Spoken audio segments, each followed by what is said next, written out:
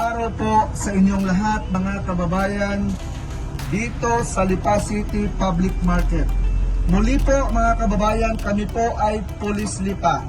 Kami po ay nagpapaalaala sa inyong lahat na naririto. Ingatan po ninyo ang inyong mga gamit, cellphone, wallet, bag, pera. Baka mawala, baka madukot, baka mahulog. Sayang naman. At kung kayo po ay aalis ng inyong mga bahay, siguraduhin po ninyo na ang pintuan at bintana ng inyong mga bahay ay maayos na nakasara bago kayo umalis ng inyong mga bahay. Ibili nito sa inyong kapitbahay.